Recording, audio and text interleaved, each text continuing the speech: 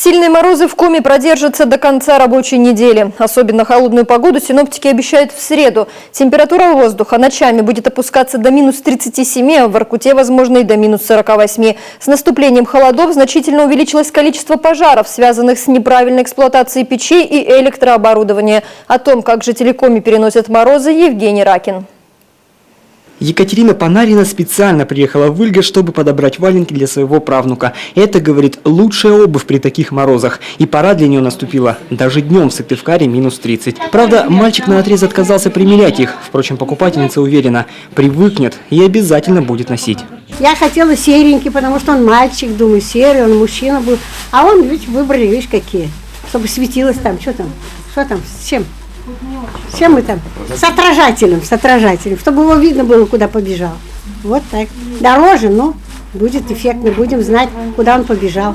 Для сапоговаляльной фабрики морозы события долгожданные. После затяжной осени наконец-то активизировались продажи. С прилавков почти полностью исчезли белые валенки. В срочном порядке штампуется обувь на резиновой подошве. А вот классических серых и черных пока хоть отбавляй. Большие партии уходят даже в Москву, Украину и Молдавию. Как всегда, очень хорошо пользуются спросом белые валенки, которые мягенькие, которые приятно смотреть, приятно одеть. Ну и сейчас появился большой спрос на серые валенки на пришитой черной подошве.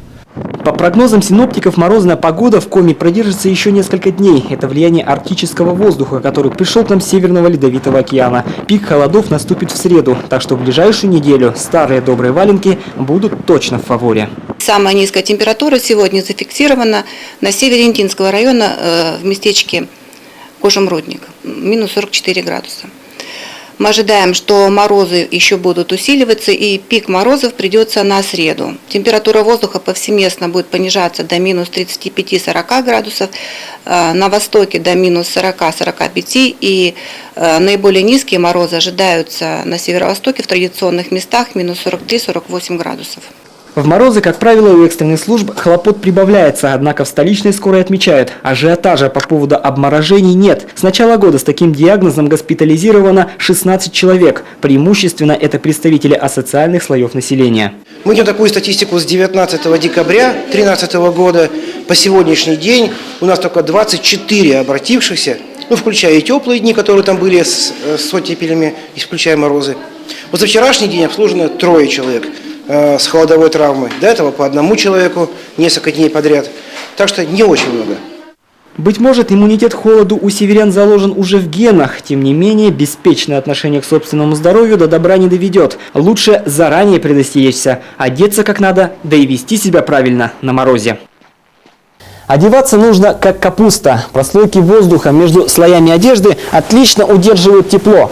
Особое внимание уделите обуви. Она должна быть сухой и не тесной, с теплыми стельками. Обязательные атрибуты – варежки, шапка и шарф. Перчатки из натурального материала хоть и удобные, но от морозов спасают гораздо хуже. Перед выходом обязательно съешьте что-нибудь горячее. Спасибо. Или выпейте чаю. Дышать на морозе нужно медленно, неглубоко и носом. И самое главное, прячьтесь от ветра. Вероятность обморожения на ветру значительно выше. Ну и, конечно же, не стойте как истукан. Пританцовывайте, переминайтесь с ноги на ногу. В общем, побольше двигайтесь. Теплее будет.